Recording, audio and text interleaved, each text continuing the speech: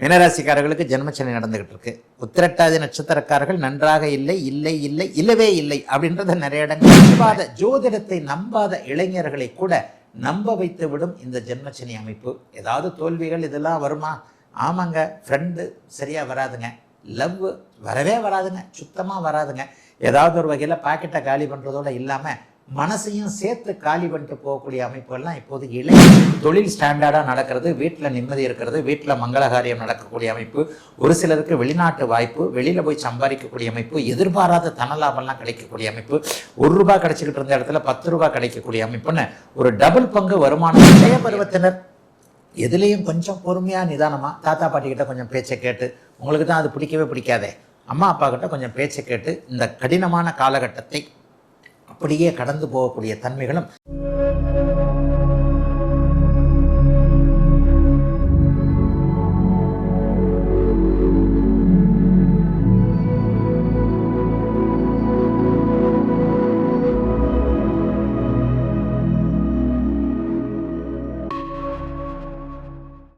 ஆன்மீக பரிகாரம் நேயர்கள் அனைவருக்கும் இனிய நல்வாழ்த்துக்கள். எல்லோரும் நன்றாக இருப்பீர்கள். இதான் மார்ச் மாதம் பிறக்கப் போகிறது. ஐயா, வருடம் பிறந்து 2 மாதங்கள் ஆயிடுச்சு. 2026 எனக்கு கொஞ்சம் ஓரளவுக்கு நன்றாக இருக்கும்னு நினச்சேன். ஏதோ லேசாக அப்படியே ஒரு வெளிச்சம் தெரிகிற மாதிரி தெரிகிறது. ஆனால் முழுசாக இன்னும் எந்த விதமான நல்ல மாற்றங்களும் வரலை. எனக்கு நன்றாக இருக்குமா இல்லையா? ஏதாவது ஒரு நல்ல நிலைமைகள் எப்படியாவது ஒரு ஜோதிடத்தில் நம்பிக்கை இருப்பவர்களுக்கு, ஜோதிடத்தில் ஆர்வம் மட்டும் இல்லாமல் ஜோதிடத்தை புரிந்தவர்களுக்கே ஒரு சில நிலைகளில் சில விஷயங்களில் தயக்கம் இருக்கும். சரி, இந்த மார்ச் மாதம் 12 ராசிக்காரர்களுக்கும் எப்படி இருக்கும்? மார்ச் மாதத்தில் ஏதாவது முக்கிய கிரகங்கள், முக்கிய நிலைமைகள் ஏதாவது இருக்கா அப்படின்னு பார்த்தீங்கன்னா, வருடாந்திர கிரகங்கள்னு சொல்லப்படக்கூடியது 4 கிரகங்கள் தான். சனி, குரு, ராகு, கேது. இந்த வருடாந்திர கிரகங்களான 4ம் நிலையாக அந்த இடத்துல இருக்குது. இந்த வருஷம் இந்த மாதம் கண்டிப்பாக சனி பயிற்சி இல்லை.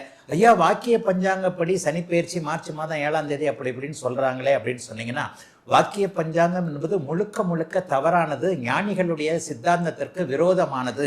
ஒரு சாதாரண ஜோதிடர் வாக்கிய பஞ்சாங்கத்தை கொடுத்தார், ஞானிகள் கொடுத்ததுதான் திருக்கணிதம். வாக்கியத்திற்கு முந்தையது திருக்கணிதம். நிறைய பேர் ஜோதிடத்தை புரியாமத்தான் அந்த வாக்கிய பஞ்சாங்கம் இதுதான் ரொம்ப முக்கியமானது, ஞானிகள் கொடுத்தது வாக்கிய பஞ்சாங்கம், மனிதர்கள் கண்டுபிடிச்சது திருக்கணிதம்னு ஜோதிடமே தெரியாமத்தான் சொல்றீங்க. உண்மையிலேயே ஆரியபட்டர்லேருந்து, வராகமிகரிலிருந்து, பராசரர்லேருந்து, மகாகவி காளிதாசர்லாம் திருக்கணிதம் அப்படிங்கிறத தன்னுடைய 8வது உத்தரகாலாமிரத்தில் 8வது ஸ்லோகத்தை ரொம்ப தெளிவாக சொல்றார். 2000 வருடங்களுக்கு முன்பு திருக்கணிதம் என்பது தெல்ல தெளிவாக ஞானிகளால் அருளப்பட்டு இடையில் வந்த சாதாரண நம்மை போன்ற ஒரு ஜோதிடரான, நம்மை விட மேம்பட்ட ஜோதிடர்னு வேணா சொல்லிக்கலாம், வரருசி என்கின்ற ஒரு மேதை, அவங்க ஞானிகள் திருக்கணித சித்தாந்தத்தை கொடுத்தது. பார்வையின் அடிப்படையில் வரக்கூடிய அந்த சித்தாந்தத்தை கொஞ்சம் எளிமையாக்கி வார்த்தைகளாக வாக்கியமாக மாற்றி ஒரு 800 வருஷத்துக்கு முன்னாடி கொடுத்த இந்த வாக்கிய பஞ்சாங்கத்தை தான் இன்னும் ஞானிகள் கொடுத்ததுன்னு நிறைய பேர் தவறாக புரிஞ்சுக்கிட்டு இருக்கிறீங்க. உண்மையிலேயே ஞானிகள் கொடுத்தது திருக்கணிதம். அதனை அடுத்து சமீப காலத்தில் 800 வருஷங்களுக்கு முன்பாக ஒரு சாதாரண ஜோதிடர் கணிச்சது தான் வரருசியை கொடுத்த வாக்கிய சித்தாந்தன்றது நிறைய பேருக்கு புரியாது. ஆகவே வாக்கிய பஞ்சாங்கப்படி சனிப்பெயர்ச்சி நடக்குதே அப்படின்னு சொல்றவங்களுக்கு சர்வ நிச்சயமாக இல்லை. திருக்கணிதப்படி சென்ற வருடமே சனிப்பெயர்ச்சி நடந்துருச்சு. இந்த மார்ச் மாதம் குரு அதே இடத்தில் இருக்கிறார், சனி அதே இடத்தில் இருக்கிறார், ராகு கேதுக்கள் அதே இடத்தில் இருக்க எப்பவுமே மாத கிரகங்கள் மாறும் இல்லையா? இந்த மார்ச் மாதத்துல ஏதாவது விசேஷம் இருக்கா? எப்பவும் போல மார்ச் மாதம் கும்பத்திலிருந்து மீனத்திற்கு மாறுகிறார். யாரு? நம்ம சூரியன். தமிழ் மாதம் அவர் ஒரே வீட்டில் இருப்பார், ஆங்கில மாதத்தில் 2 வீட்டில் இருப்பார்.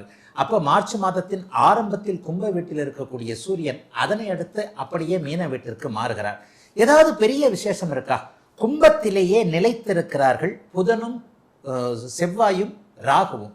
இந்த மாதம் முழுக்க அவங்க அதில் தான் இருக்கிறாங்க. இந்த ஒரு நிலையில் புதன் செவ்வாயோட ராகுவோட சேர்ந்து கெட்டு போறாரே அப்படின்னு பார்த்தா, நல்ல வேளையாக குருவின் பார்வை அவருக்கு இருக்கின்ற அமைப்பு. கும்பத்தில் நிறைய கிரகங்கள், சூரியன், புதன், செவ்வாய், ராகு ஆகிய 4 கிரகங்கள், குறிப்பாக 3 கிரகங்கள் ராகுவின் பிடியில் இருக்கின்ற ஒரு அமைப்பை நிவர்த்தி செய்யக்கூடிய விதமாக குருவின் பார்வையும் உங்களுக்கு நல்ல விதமாக இருக்கு. அதனால புதனோ செவ்வாயோ பலவீனமாக இல்லை என்பதுதான் உண்மை. வேற ஏதாவது மார்ச் மாசத்துல ஸ்பெஷல் இருக்கா? ஒரு 20-25 நாள் சுக்கிரன் உச்சமா இருக்கிறாருங்க. ஆரம்பத்தில் 1ஆம் தேதி 2ஆம் தேதிலாம் கும்பத்தில் தான் இருக்கிறார். அதற்கப்புறம் 3ஆம் தேதி அல்லது 2ஆம் தேதி நினைக்கிறேன் 3ஆம் தேதியே சுக்கிரன் உச்சம் என்கின்ற அதி அற்புத ஒரு நிலைமையை அடைகிறார். ரிஷபராசிக்காரங்களுக்கும் துளாராசிக்காரங்களுக்கும் சுக்கிரன் உச்சம் இந்த மாதம் முழுவதும் ஒரு 20 நாட்கள் இருப்பது என்பது 20-25 நாட்கள் இருக்கிறார் என்பது மிகப்பெரிய ஒரு நல்ல அமைப்பு. மாதத்தின் இறுதியில் தான் அவர் உச்சத்திலிருந்து விலகுகிறார். உச்சத்தில் இருக்கும்போது என்ன பண்றாரு? சனியை சுபத்துவப்படுத்துகிறார். மீனராசிக்காரர்களுக்கு ஜென்மச்சனி அமைப்புகளை ஒரு 10-20 நாள் அப்படியே தம் பண்ணி வைப்பார். ஜென்மச்சனியுடைய ஒரு தடங்கல்கள் இதை அவர் நிறுத்தி வைக்கிறார் என்பதுதான் அர்த்தம். ஆக மாத கிரகங்கள் என்று சொல்லப்படக்கூடிய வழக்கம் போல சூரியன் 2 ராசிகளுக்கு மாற புதனும் செவ்வாயும் கும்ப வீட்டிலேயே ராகுவோடு பிடியில் இருந்தாலும் கூட குருவின் பார்வையில அற்புதமாக பலமிழக்காத ஒரு நிலைமையில சுக்கிரன் உச்சத்தை அடைந்து மாத கடைசியில மாறக்கூடிய அமைப்பு இந்த மார்ச் மாதத்தோட ஒரு ஸ்பெஷலான அமைப்புன்னே சொல்லுவேன். மற்றபடி கிரகங்கள் பெரும்பாலும் குருவின் பார்வையிலும் சுக்கிரனுடைய இணைவிலும் இருக்கிறார்கள்.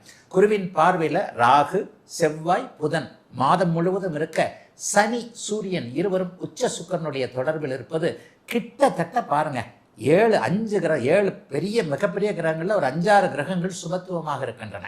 ஆகவே மார்ச் மாதம் பெரிய கஷ்டங்கள் எதுவும் இருக்காது. ஐயா நான் ரொம்ப கஷ்டப்படுறேங்க என்னங்க அப்படின்னு சொல்றவங்களுக்கு அந்த ரொம்ப அப்படிங்கிற வார்த்தையை எடுத்துட்டு வெறும் கஷ்டம் மட்டும்தான் படுறீங்கன்ற அளவுக்கு தான் இருக்கும். ஏன்னா 12 ராசிக்காரங்களுக்கும் நல்ல பலனே சொல்ல முடியாது. ஒரு ராசியில 65-70 கோடி பேர் பிறக்கிறீங்க. இப்ப இந்த 65-70 கோடி பேர் பிறக்கின்ற ஒண்ணுல உதாரணமாக மீனராசிக்காரர்கள் இப்போது ஜென்மச்சனியினால் கஷ்டப்படுவார்கள் அப்படின்னு சொன்னா எல்லாரும் கஷ்டப்படுவாங்களா? உண்மையிலே கிடையாது. ஏனென்றால் அவரவருடைய தகுதி இருப்பிடத்திற்கு ஏற்றாற் போல ஒருத்தர் ஏழையாக இருப்பார், ஒருத்தர் பணக்காரராக இருப்பார், ஒருத்தர் பெருங்கோடீஸ்வரராக இருப்பார், ஒருத்தர் மிடில் கிளாஸாக இருப்பார், ஒருத்தர் ரொம்ப லோயர் மிடில் கிளாஸாக இருப்பார். இப்படிலாம் இருக்குல்ல அவங்க பிறந்த ஜாதக அமைப்பு. அதற்கேற்றாற் போல ராசி பலன்ல கிரகங்கள் கொஞ்சம் நன்றாக வரும் பொழுது ரொம்ப கஷ்டப்படுறவர் கொஞ்சம் கஷ்டப்படுற நிலைமைக்கு மாறுவார், அல்லது சாதகமான கொஞ்சம் பலன்கள் நடக்கக்கூடிய திருப்தி அமைப்புகளில் தான் இருப்பார். இது துளாராசிக்கும் பொருந்தும். துளாராசிக்காரர்களுக்கு இப்போது இந்த மாதம் முழுவதும் மிகப்பெரிய நல்ல பலன்கள் இருக்கக்கூடிய தன்மைகள் இருக்கு. ஆனா எல்லாரும் கமெண்ட்ல என்ன சொல்லுவீங்க? ஐயா ஆஹா ஓஹோ அப்படின்னு தான் சொல்றீங்க, இங்க ஒன்றும் நடக்கலைங்க, நான் கஷ்டப்பட்டுக்கிட்டு இருக்கிறேங்கன்னு சொல்லுவீங்க.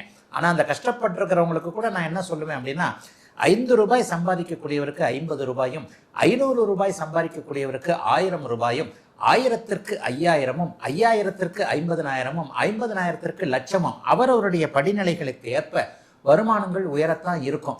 5 ரூபாய் சம்பாதிக்கிறவர் 5 கோடி சம்பாதிக்கிற அளவுக்கு மாறிட மாட்டார். இது உங்களுக்கே நன்றாக தெரியும். இப்பொழுது 12 ராசிக்காரர்களுக்கும் மீனம் முதல் மேஷம் வரையிலான இந்த 12 ராசிக்காரர்களுக்கும் இந்த மார்ச் மாதம் எத்தகைய நல்ல அல்லது சாதகமற்ற பலன்களை செய்யும் அப்படிங்கிறத பார்த்துடலாம். மீனராசிக்காரர்களுக்கு ஜென்மச்சனி நடந்துகிட்டு இருக்கு. உத்திரட்டாதி நட்சத்திரக்காரர்கள் நன்றாக இல்லவே இல்லை அப்படின்றத நிறைய இடங்கள்ல சொல்றேன். ஆனாலும் இதுலேயும் விதிவிலக்கு இருக்கு.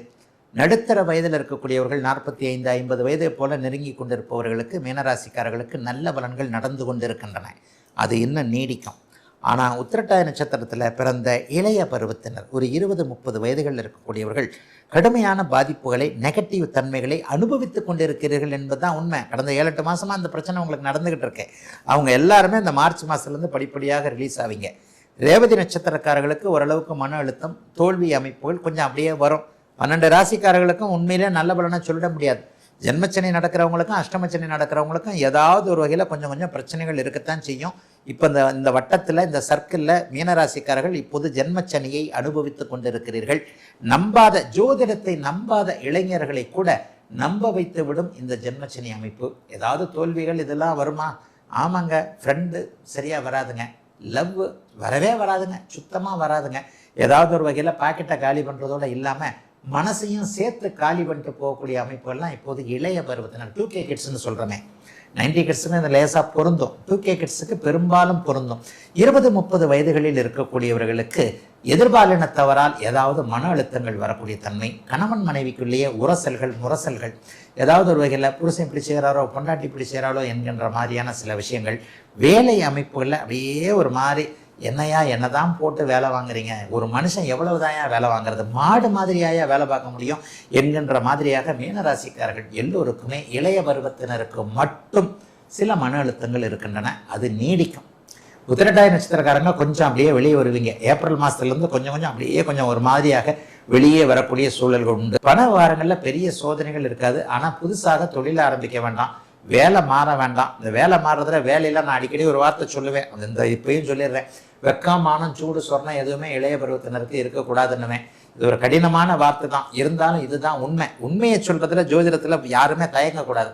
50 வயது 45 வயதுக்கு மேற்பட்டவர்களுக்கு அப்படிலாம் பெரிய சோதனைகள் இருக்காது. அவர்களுக்கு நல்ல விதமான பலன்கள், தொழில் ஸ்டாண்டர்டாக நடக்கிறது, வீட்டில் நிம்மதி இருக்கிறது, வீட்டில் மங்களகாரியம் நடக்கக்கூடிய அமைப்பு, ஒரு சிலருக்கு வெளிநாட்டு வாய்ப்பு, வெளியில் போய் சம்பாதிக்கக்கூடிய அமைப்பு, எதிர்பாராத தனலாபம்லாம் கிடைக்கக்கூடிய அமைப்பு, ₹1 கிடைச்சிக்கிட்டு இருந்த இடத்துல ₹10 கிடைக்கக்கூடிய அமைப்புன்னு ஒரு டபுள் பங்கு வருமானங்கள் வரக்கூடிய அமைப்பு. இந்த வீடு வாங்கலாமா, அந்த வீடு வாங்கலாமா, இதுக்கு அட்வான்ஸ் கொடுக்கலாமா, அதுக்கு அட்வான்ஸ் கொடுக்கலாமான்ட்டு ஓரளவிற்கு நல்ல பலன்கள் நடக்கக்கூடிய அமைப்புகள் கண்டிப்பாக உண்டு. குறிப்பாக மீனராசிக்கார 50 வயது கடந்த சகோதரிகளுக்கு நல்லவைகள் நடக்கும். குடும்பத்தில் இதுவரைக்கும் இருந்து வந்த குழப்பங்கள்லாம் தீரக்கூடிய அமைப்புகள் கண்டிப்பாக உண்டு. ஆக இளைய பருவத்தினர் எதுலேயும் கொஞ்சம் பொறுமையாக நிதானமாக தாத்தா பாட்டிக்கிட்ட கொஞ்சம் பேச்சை கேட்டு, உங்களுக்கு தான் அது பிடிக்கவே பிடிக்காதே, அம்மா அப்பா கிட்ட கொஞ்சம் பேச்சை கேட்டு இந்த கடினமான காலகட்டத்தை அப்படியே கடந்து போகக்கூடிய தன்மைகளும், பெரியவர்களுக்கு அப்படிலாம் ஒன்றும் பெரிய சோதனைகள் இல்லாத இயல்பாக நல்லவைகள் நடக்கக்கூடிய ஒரு சுப மாதமாகவே அமைஞ்சிருக்குங்க 2026 மார்ச் மாதம்.